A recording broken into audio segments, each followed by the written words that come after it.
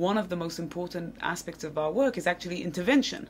We're not just trying to document human rights violations for some future, archive. We're trying to document them in order to stop them, in order to prevent human rights violations, or at least alleviate them if it's impossible to prevent them.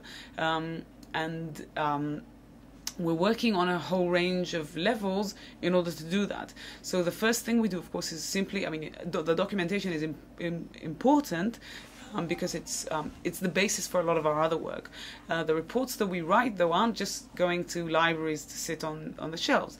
We send them out to decision makers, both in Israel, in the Israeli army, and the political scene, and of course to internationals, to journalists and the general public. We also use the content of these reports, the research that we do, in order to campaign for various issues. Very often we hold public campaigns inside of Israel, trying to talk to the Israeli public, to raise awareness of issues, and to make all sorts of other interventions with the Israeli public. We're also working very closely with the authorities. So B'Tselem, aside from just being this research body, also engages in very extensive correspondence with the law enforcement bodies. It's usually the Military Advocate General's office, it's the military police and the Israeli police, and also the Israeli Department for Police Investigations.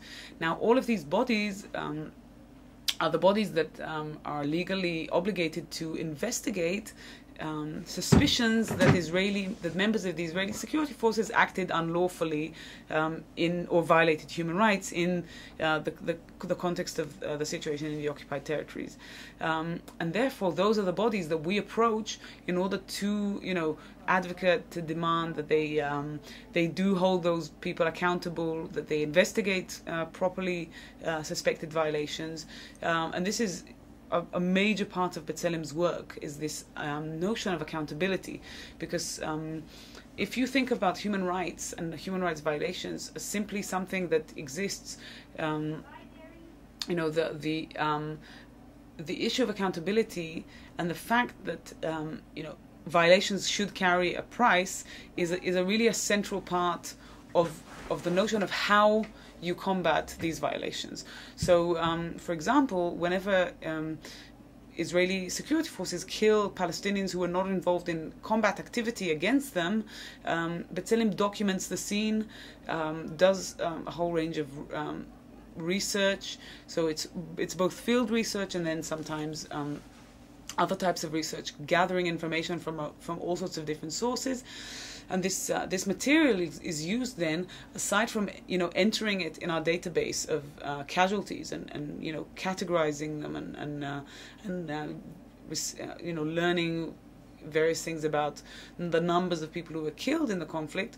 We also then approach the relevant authority, and usually it's the military police, of course, and demand that they open an investigation, so that if it is suspected, our position is that whenever members of the Israeli security forces kill Palestinian civilians who weren't involved in the conflict, there has to be an actual criminal investigation. Now, this does not happen. It's very far from the reality.